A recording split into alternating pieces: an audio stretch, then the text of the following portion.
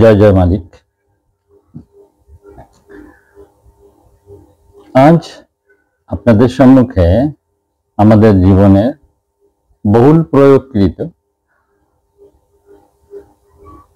দুটো বাংলা শব্দ ও বাক্যের খুঁটিনাটি বিষয়ে আদি আমাদের জীবনে কি কি ভাবে দ্বারা ক্ষতি হয় আর কি কি ভাবে এই শব্দ দ্বারাই আমাদের জীবনে মঙ্গল ও কল্যাণ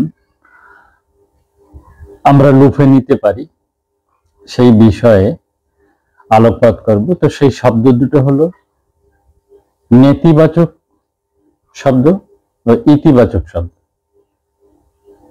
তো এই নেতিবাচক ও ইতিবাচক শব্দ বাক্যের প্রভাব, উপকারিতা এবং বাস্তব জীবনে তাদের গুরুত্ব নিয়ে একটি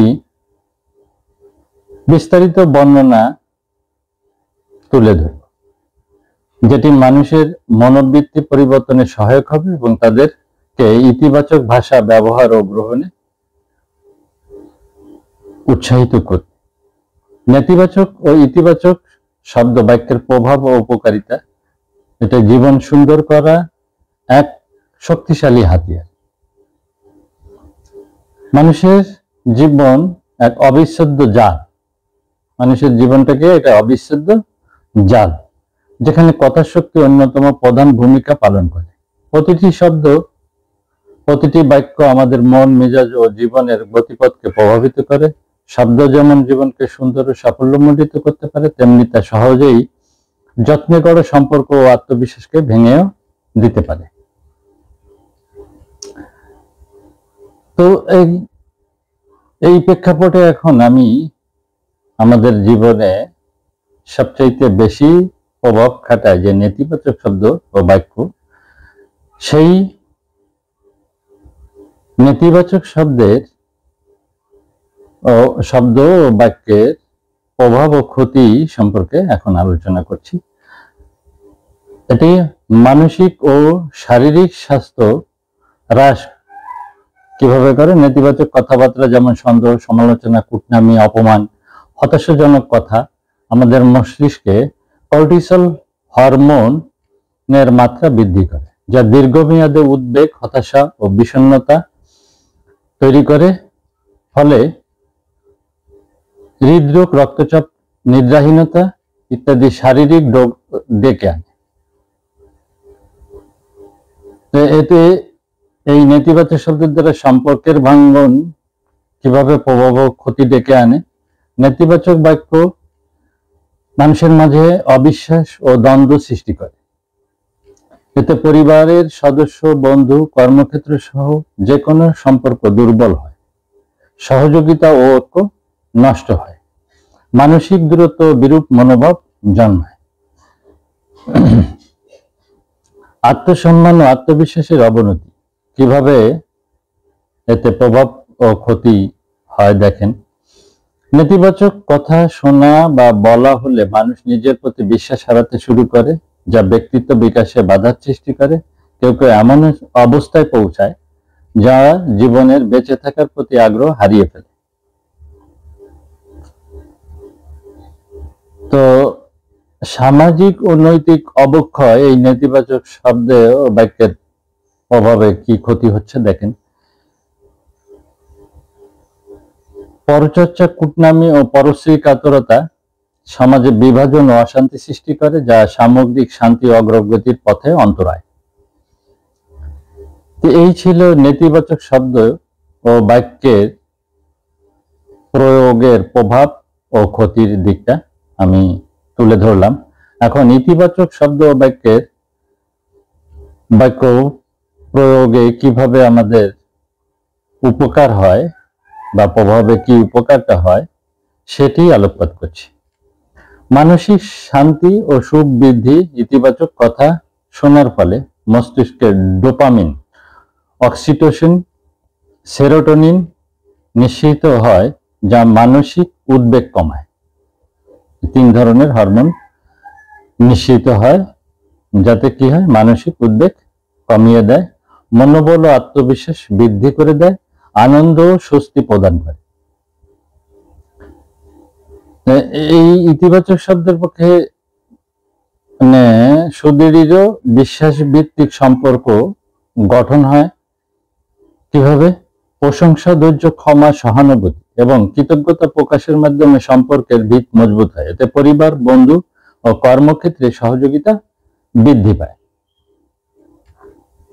আত্ম উন্নয়ন ও জীবনযাত্রার মানোন্নয়নের প্রভাব এবং উপকারিতা কিভাবে ঘটে দেখেন। ইতিবাচক ভাষা ব্যবহারে মানুষ নিজেকে প্রেরণা দেয়, অগ্রসর হয়, ভুল থেকে শিক্ষা নেয় এবং জীবনের প্রতি ইতিবাচক মনোভাব তৈরি করে।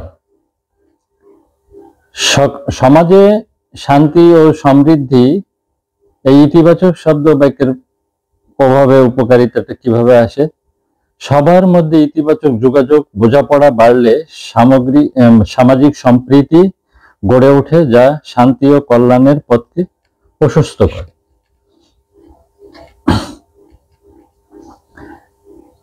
তো এই ছিল ইতিবাচক শব্দ বাক্যের প্রভাবের উপকার। তো কেন নেতিবাচক কথা বলে ইতিবাচক গ্রহণ করা জরুরি?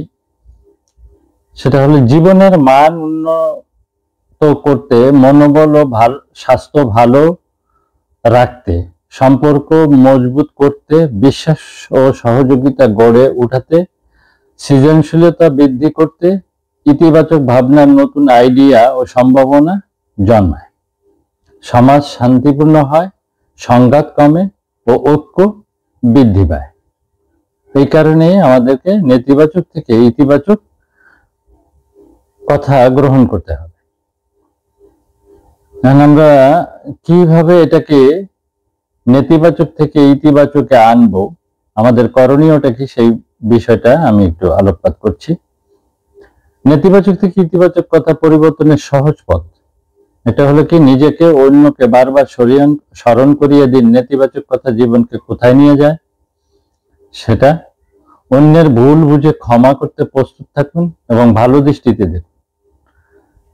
প্রতিদিনই ছোট ছোট প্রশংসা, ধৈর্য, ধন্যবাদ ও শুভকামনার কথা বলুন। নিজের মনের ভিতরে নেতিবাচক চিন্তা আসলে তাকে বদলে ইতিবাচক চিন্তায় পরিণত করার চেষ্টা নিন। ধ্যান মনকে শান্ত রাখে, যা ইতিবাচক কথাবার্তা বুঝতে ও প্রয়োগে সাহায্য করে। তো আমি এই নেতিবাচক বাক্য হতে ইতিবাচক বাক্যে রূপান্তরের একটা উদাহরণ আপনাদের সম্মুখে উপস্থাপন করছি।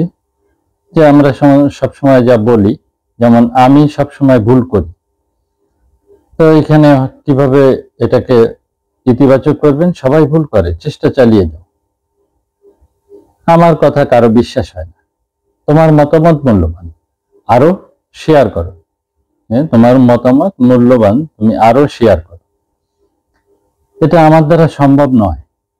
তখন তাকে বলুন যে ধৈর্য ধরলে সবকিছুই সম্ভব। আমার মধ্যে আত্মবিশ্বাস নেই, নিজের আত্মবিশ্বাস বৃদ্ধিতে মনোযোগী হও। তো এই যে নেগেটিভ থেকে বা নেতিবাচক বাক্য হতে ইতিবাচক বাক্যে রূপান্তরের 4টা কৌশল উদাহরণ দিয়ে বোঝালাম।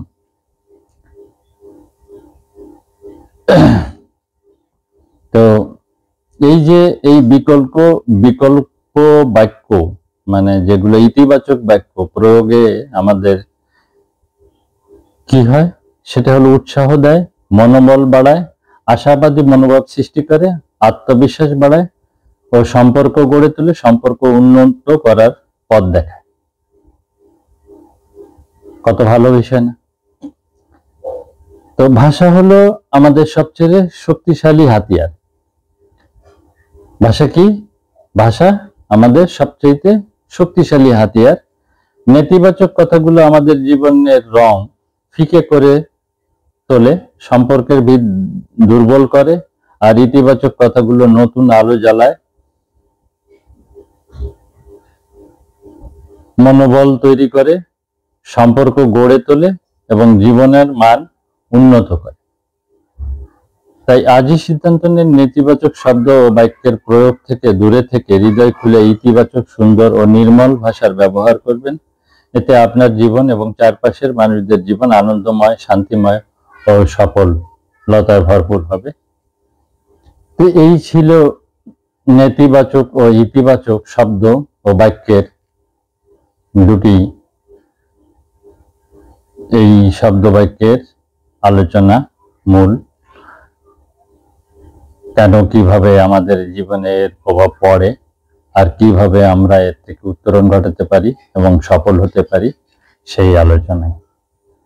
তো বন্ধুগণ, আপনারা ভালো থাকবেন, শান্তিতে থাকবেন, মঙ্গল এবং কল্যাণ আপনাদের জীবনে বয়ে আনুক, আপনাদের ইতিবাচক মনোভাব তৈরি হোক এই কামনা রেখে আজকের আলোচনা এখানে শেষ করছি।